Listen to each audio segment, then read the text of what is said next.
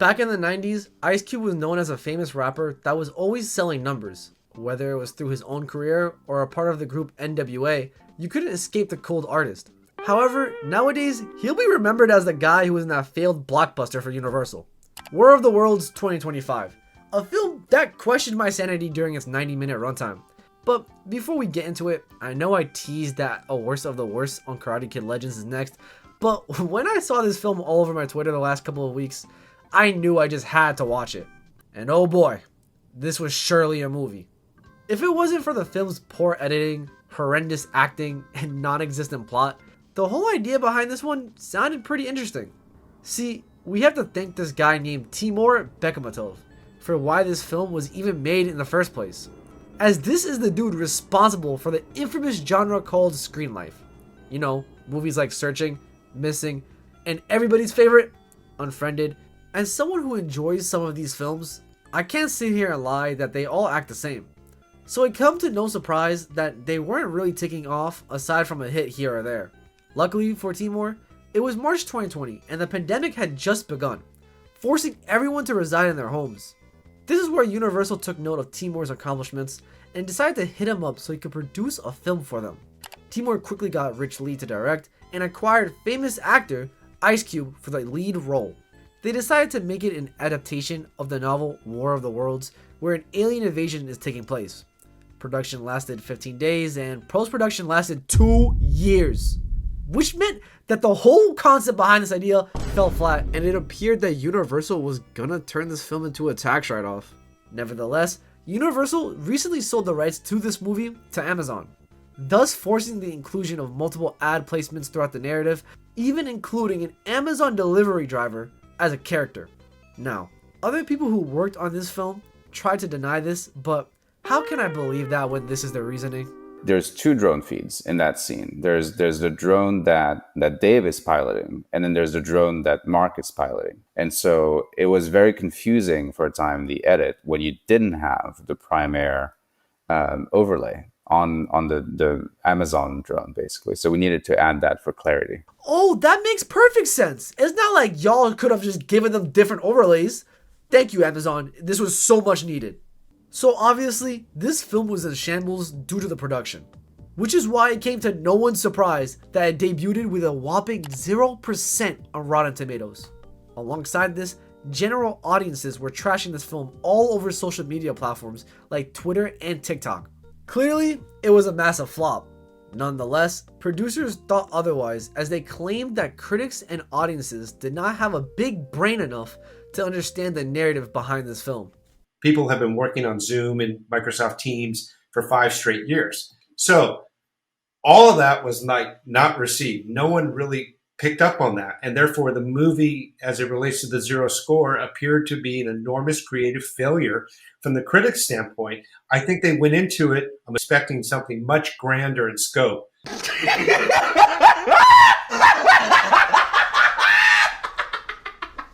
Let's be real. Y'all just made a shit movie. How about instead of gaslighting us into thinking we didn't understand it, you actually own up to how bad it is? Trust me, if you guys just went along with the joke, people would probably be interested in your other works. Regardless, with all of this in mind, War of the Worlds was destined to be a shit show. The production was terrible, the producers were taking it too seriously, and it was a concept that was just ahead of its time. Truthfully, I want more studios to take as big as a risk as this film, because I can see a world where a concept like this is actually good. With that being said, go check out the film before watching this video, especially since the fact that it even got released in the first place is an astonishing achievement. But before you go, be sure to leave a like on the video and subscribe for more content like this. Now, for those of you that have stayed, let's finally check out War of the Worlds 2025. The film immediately opens up with this creepy ass dude named Will Radford, played by the legendary Ice Cube. Will works for the Department of Homeland Security and uses his position in power to spy on people's conversations, watch his daughter's every move. Yeah, Will, I don't think you're supposed to be abusing your job like that. Something tells me you're very controlling and insecure. As we continue this opening sequence, I mainly want to point out this frame right here. As y'all can clearly read, it states that the threat level for Homeland Security is high. However, in real life, Homeland Security has 3 major threat levels that are more detailed than just high. This more so aligns with the military usage of threat level with their FP con system. Next time, do better research, Timor. And yeah, I know I'm being overly nitpicky here, but that's my job, not yours. Deal with it. From here, Will's friend from NASA calls him on Microsoft Teams. She's asking him about the crazy weather for some reason, even though that's not even Will's job. While we're here, I just want to point out this dude running past the camera. It cracks me up every single time.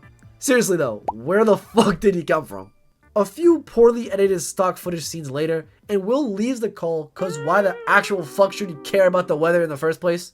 This is when we're introduced to the quote unquote main villain of the film, called the Disruptor. Apparently, this dude is an extremely serious threat according to Homeland Security. All you need to know is that he basically stole Anonymous's whole shtick. Cartman, I guess you're not the only one whose role is being stolen lately. Within the scene, he basically talks about these documents regarding the Goliath program that he has. I don't know why he doesn't just release them instead of talking about it, but you know, the movie gotta drag out somehow. While the Disruptor yaps, Will decides to do some bullshit level hacking to discover the IP address of the knockoff Tej. DHS unfortunately doesn't have the funds to acquire faster computers, so as he waits for the cliche to end, he decides to spy on his daughter, Faith, even more. This is where Will feels like the next Ted Bundy, as his daughter looks to be around her early 20s living her own life, which gives him even less of a reason to literally spend his entire day on the job stalking his child. But it only gets worse from here, man. As a few seconds later, he looks in her fridge to see if she's getting her protein in. Yeah, no, this dude is a fucking psychopath. Like, it feels like this film is trying to make him the overprotective parent, but due to the limitation of it only taking place on a screen, it honestly just makes him feel like a pred. Seriously, do I need to call up Gideon to help save you, Faith? Cause your dad is pretty fucking weird. To make things even worse, it gets revealed shortly after that he put the camera in her fridge without her knowing. So who knows what else he put cameras in? Now I'm worried if he's turning his big brother activities into some weird voyeuristic shit. Faith then has the most dead response to learning this information. You haven't had any protein this week. How do you know? Let's just say me and your fridge is pretty tight. You hacked my fridge? Dad. Lay off. Okay, I get it. It's your dad.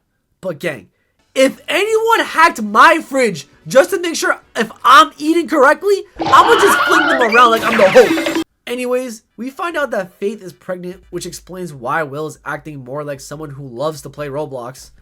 She then states that she's a biologist, so Will, I'm pretty sure she knows what is good for her and her child, but hey, what do I know? I just make YouTube videos. Prometheus then presses his son Dave after getting a notification that his son spent $248. So instead of doing his job, he uninstalls all the games he just purchased. This is just stupid to me, because imagine if he bought a car and Will wanted his son to save his money for a house, so his only solution was to explode the car or something. Like, gang, if your son bought that with his own money, why are you getting involved? I get teaching your kids about spending habits, but the way he does it is just so counterintuitive. Dad, playing video games is my job. I'm a tech visionary in a pre-funding stage. A tech to who to what? All I know is I've been pre-funding your ass for years, and you need to get a real job. This is my job. Yes, the movie's edited like that. And yes, it's one of those tropes. They yap some more as Mini Kai Sanat doesn't want to disrespectfully spy on people. While Are We There Yet thinks his career path is in shambles, it then gets revealed that Will's wife unfortunately passed away, and we get to feel for his Oh, never mind. I guess we're just gonna move past that. After finding out the Disruptor's location, he sends it to an FBI agent, telling him to get a search warrant. You are officially banned. Bam! That was easy. This is not a real movie, bro. As Will waits to see the Disruptor get caught, Faith's boyfriend, Roderick, calls. I just gotta say, Devin Bostic gotta have one of the craziest careers I have ever seen. He goes from Diary of a Wimpy Kid to Oppenheimer to War of the Worlds. Truly a generational run. I'm so glad that he's proud of it. Mark over here tells Will about their baby shower, but oh no, Faith didn't tell him, leaving him to wonder why she didn't tell him. So like any other logical person, he decides to hack into her MacBook and talk to her boyfriend through her DMs. You know, instead of just asking her, cause why the fuck would anyone want to do that? After he sent a message, Faith started texting Mark back, which leaves the question, how the fuck did she not notice the message her dad sent? The film then pivots into acting like accepting a friend request on Facebook means something. I get it, they made this during the pandemic, but bro, how dystopian did they think the future was gonna be? What, people all of a sudden gonna stop talking to each other over an unfollow? Truly, they could have just had it so the dad doesn't like Mark in any other way than this. Things get even more dystopian as Will goes to his wife's old Facebook page. We then see that he's been texting her old account for several years, making you really feel for the loss of his wife. The film even goes as far as to having Will play an old voice message from her. This part is very touching and illustrates how interesting this B plot can be. Which is exactly why the writer said, fuck that, let's go back to the A plot, as the FBI dude finally responded. Truly, I forgot about the plotline even happening, cause you get more invested with what's going on with his family than his actual job. Especially since Will could have called this dude if the message was that urgent. I don't know how someone can be so trash at their job. Like, imagine if No Way Home had Peter dicking around waiting for the other Spider-Man's villains to start wreaking havoc in order for him to take them back to their respective universes. It would just make the story so uninspiring and diminish Spider-Man as a character. Now imagine that, but with a character that is already terrible and practically does nothing all day. That's this movie's main character. Regardless, FBI agent Jack Black sent Will the search warrant, allowing field operatives to search the premises of the supposed location of the disruptor. The movie then fast forwards 11 whole minutes as Will waited for this field agent to respond to the warrant he sent to her. You know, for people that are very eager to take down this huge threat, y'all take years in order to get shit done. The fact that these are the people protecting the nation makes me feel that maybe it's actually not so bad living in a world controlled by AI. Since at least shit would be done in a faster manner. Nevertheless, Will then gets on a call with Denise from Step Brothers and Agent Coulson. The call is mainly for monitoring Denise's mission in infiltrating the potential home of the disruptor. Listen up, team. I want this to be clean and surgical. We don't know who these hackers are, but we know what they're capable of. Agent Coulson? Did Disney not pay you enough? Bro, you might as well use McDonald's Wi-Fi if he's lagging that much. Copy that, move again.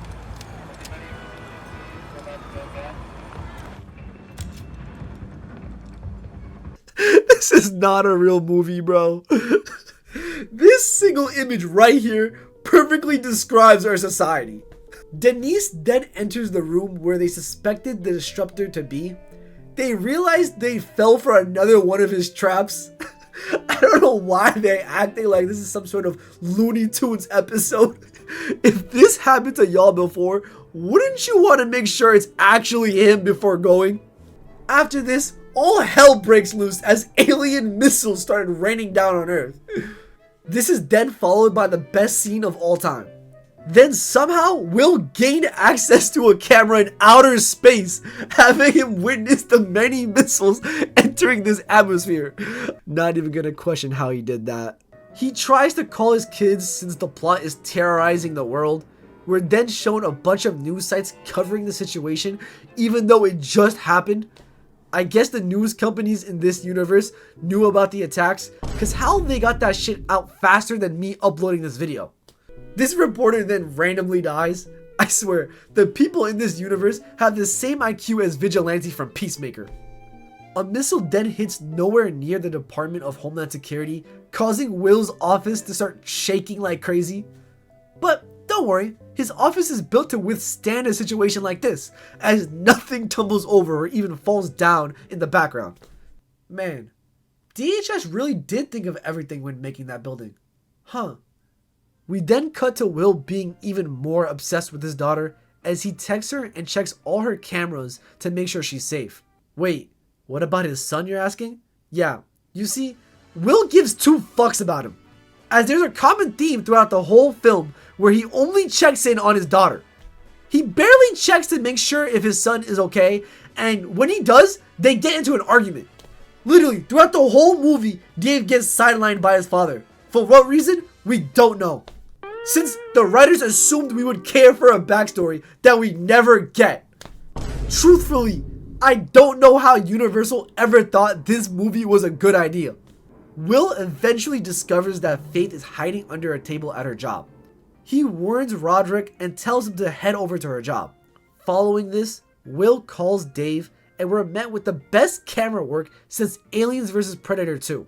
Dave eventually loses connection or something. Honestly, I don't even know what the fuck this scene is supposed to mean. It gives off the feeling like he died or something, but if that's the case, then gang, why the fuck does Will does this?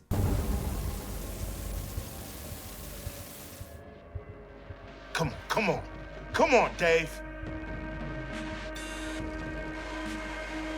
Come on. Thank God. Clap it up, you guys. Someone hand this guy the Father of the Year award right now, bro. Bro is searching to make sure his son is dead, rather than getting his fat ass out to sea and run towards him. Truly a remarkable father. Afterwards, Will then joins this important Zoom call that he's been ignoring since NASA girl is on site with one of the asteroids. Wait, have I been saying missiles? Man, I just don't give a fuck. She eventually walks up towards the asteroid and came in contact with this weird technological alien. This causes everyone to enter the most monotone frenzy of all time. I just want to mention that during this scene, Coulson is giving orders, but they never show his face. So you just know his Dollar Tree Wi-Fi was acting up during this scene. We then get a better look at the alien as Will calls Denise back. Now, I don't want to trash the CGI too much, because this movie's already shit as it is, but I just have to say, why does the alien low-key look like Kenny's Halloween costume from that one South Park episode? Another elite camera sequence happens, and Denise decides to just sit there and record it instead of running away. I get it, that's your job, but bro, what the actual fuck is that pistol going to do to that alien? Kenny the alien then decides to laser down some helicopters. Oh no, you gonna run, Denise? You know, somehow, I told you so, just doesn't quite say it. By this point, it's been 25 minutes into the film, and trust me when I say this, y'all already know the main plot of the movie. Since from here on out, the next 60 minutes is just the aliens destroying shit and this noise being repeated like 100 times. You could literally replace any scenes from later on in the film with scenes earlier and nothing would change. And I know that for a fact, because the scenes you've been seeing on screen since I started ranting comes from the last 10 to 30 minutes of the movie. Somehow this film makes Fantastic Four 2015 have a genius narrative. At least for that movie, the plot was somewhat going somewhere. With this one, I just feel like I'm watching an hour-long brain rot TikTok compilation on YouTube. Truthfully, when I watched this film for the first time with my friends, we all sat there looking at each other and said, "There's no way it's only been 25 minutes." Literally, we all felt our brains rotting away as it got to a point where we were just deadpan staring at the screen like a zombie. I feel like I would have lost less brain cells if I was watching a Jack Doherty stream than I actually did watching this film. I understand that times were rough during the pandemic, but Universal really couldn't find anyone else to write a proper story. So from here on out, I'll only be mentioning the important parts, because if I don't, we're both gonna lose our sanities. We soon see Faith outside, even though she was in a safe place to hide earlier. But, oh no! Her geniusness put her at risk as the alien shot down a helicopter, thus causing her to be injured. Will then decides to call 911 and finally decides to leave his office. He starts running down the stairs and ends up in another office. Yeah, I have no clue what the fuck happened here, nor I care. Although the makeup is still on her face, Faith is still distraught during this moment. So Will then decides to hack into a Tesla and open the doors for her so she has a safe place to hide from the alien. He then drives the Tesla to some location. Holy fuck, does Elon know about this? Because if it's that easy to hack into a Tesla, I'm cool off of one, bro. From here, Will notices that the Tesla is losing battery, so he prevents the plot device by turning into Livingston Dell and hacks the Tesla to have more battery. Yeah, this is a real movie. He then hacks into Roderick's Amazon van and tells him to get to Faith quick. Afterwards, we get more useless exposition regarding the meteors. We're also shown the military across the world being deployed to stop the aliens. This is then followed by a weak montage of the global forces taking out the aliens. Alongside this, we see people tweeting out hashtag This Is Earth. I can't lie, this is pretty realistic, because if World War III starts tomorrow, I know I'm gonna see hashtag World War III ain't it trending all over Twitter. As Will wondered why these aliens are here in the first place, he notices that Faith is no longer in the Tesla. Oh no! Where could she be? Is she alive? I'm worried! Will! Car! Wait, you fucking monitor her heart rate too, gang? Can this dude get locked up? Cause what human being does this? Ice Cube better got paid millions for this, cause they're making him appear mad strange. So yeah, Faith is alive and well, and she just ran to a nearby building. Shortly after, Dave calls his dad and they get into an argument. He basically says how he knows about the secret government documents regarding Project Goliath. Will continues to sideline his son as he just doesn't believe him. Block of Ice then answers NASA girl's call as she came across an alien that appears to be dead. She follows one of its red tentacles and notices tons of bugs crawling around the data servers. This is when Will discovers that the aliens want our data. For what reason? Who knows? Maybe so the Epstein files can finally get released? Target acquired, missile locked. When did this shit turn to a PS2 game, bro? Clearly, all the military forces are losing to the aliens, thus having every single news site enter a frenzy. Mark thankfully takes us back to the more interesting plotline as he decides to aid Faith by wrapping her wound with tape. I don't know why they couldn't just rip a piece of her dress and use that instead, but I digress. Reports then came out that the world's data and electricity are going dark. Luckily for Will, he's the main character, so he doesn't get affected by this. W writing, guys. But wait! Oh no! Facebook is going down! His wife's page is gonna be deleted!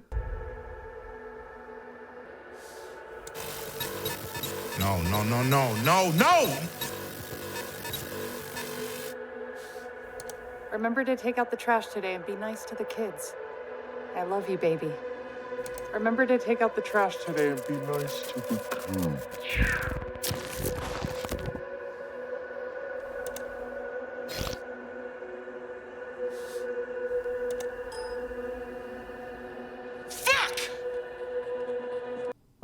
Will, buddy, you do know you could have just backed up all that information, right?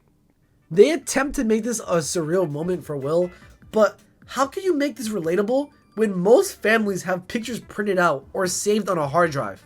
Literally, this scene plays out like if someone found something in their water, so they can't drink any for the rest of the day. Anyways, after Will's mini crash out, he tunes back into the Disruptor's livestream, since we were all following that plotline for sure. As he's watching the livestream, he for some reason decides to record a piece of his voice and put it into some software. This is when it's revealed that, oh my gosh, the Disruptor's his son, Dave! Yeah, Ice Cube, I feel the exact same way. Why did we have to go through this whole movie wondering who the Disruptor is? If Will could have done this in the first place! Will then decides to press his son as if this wasn't information Dave was trying to tell him in the first place. What makes the scene even more dumb is the fact that Will ends the call after 20 seconds. Why does this man hate his son? I swear, Dave gets as neglected as Michael Myers. From here, Dave still sends his father the secret documents. Upon opening them, we pretty much find out that the government knew about these aliens. We also finally get to see what Project Goliath is. It's pretty much an enforcement of a Big Brother society through a super advanced surveillance system, allowing government officials to tap into everybody's data within the United States. Wait, isn't that what we saw Will do in the beginning of the film? He literally taps into people's conversations and hacks into people's computers. Truly, what makes Goliath so different from what was capable already? Regardless, we uncovered that Agent Coulson is the real villain of this movie. Apparently, he wanted to stop the Disruptor because these documents showed that he was behind the whole program. It also shows that Project Goliath so happens to be in the DHS headquarters, thus putting Will's life at risk. So Will presses Coulson, they yap for a bit, and Coulson revokes any access Will had to the DHS systems, leaving Will to lose the most valuable thing to mankind, the internet. No. Wait. Oh wait, Dave just hacks into his computer and gives him access again? Damn. Thanks plot for saving the day. Will then logs back into his computer and calls back Dave. He says they gotta poison the data so the aliens can die, thus forcing him to join the Disruptors. What's so funny? Nothing, just everyone you know sucks. I'll make the calls. All right, Disruptor. Let's disrupt some shit.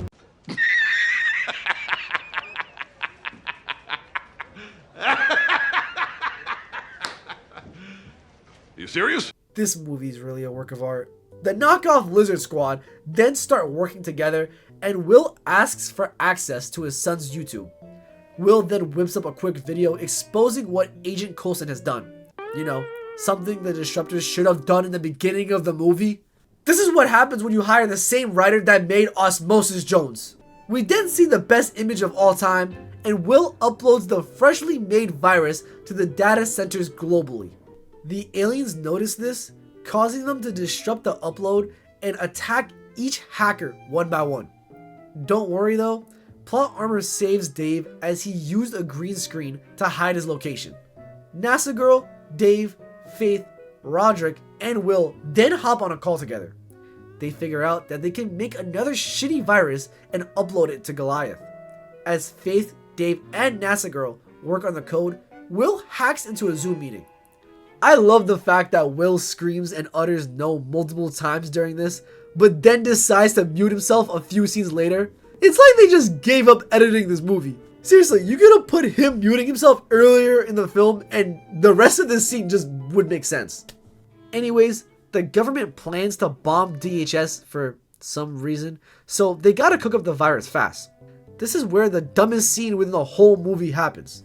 In order for Will to receive the virus, he needs the flash drive from Faith and Roderick. The film then decides to become a giant ad as Will places an order on Amazon just so Roderick can fly his drone to Will. Random bullshit starts happening and Roderick successfully delivers the drive. However, the aliens have infiltrated the building and are preventing Will from plugging in the drive. Despite this, Will locks in and plugs in the drive. Wait a minute. How the fuck does this shot make any sense? The whole film they kept the screen life continuity by having the in-world cameras tell the story. There's no way a camera could have caught this. Gosh, they couldn't even stick to the genre this movie was trying to be. The film then closes as Will successfully uploads the drive, killing all the aliens. This causes everyone to be happy, Agent Coulson to get fired, and Will to spend more time with his family. So yeah, that was War of the Worlds 2025. This is hands down one of the most inconsistent, boring, brain-rotting, and hilarious films of all time. You know you cooked up a beautiful mess when the time towards the end of the movie doesn't even add up to the beginning. A part of me is grateful that such a masterpiece like this exists, but at the same time, it took me 3 whole days to even finish watching it a second time. So I'd appreciate it if you guys leave a like down below and subscribe for more. even though it was a rough watch, this film was still pretty fucking funny. Witnessing the characters stay on the phone throughout the whole movie as if they shouldn't just help each other in person is pretty comedic. Not to mention that this film will be remembered for its memes rather than its actual story. Now, anytime someone sees Ice Cube in glasses, people will just refer to this movie. It's honestly sad, because what could have been a pretty cool concept for the time ended up being a gigantic mess for everyone. Ice Cube ended up providing us with some of the best gifts known to mankind. Faith continues to not use that microscope. Roderick should probably get better roles. And Dave is unfortunately sidelined yet again. Overall, this film is a 1 out of 10 as its brain-rotting nature overtakes its humorous moments. We're putting this on the pile of L's tier because there's still a film I'd consider to be worse than this. We'll get to it one day, but for now, I gotta check out how Karate Kid Legends ruined its own franchise. I'll see y'all then. Peace.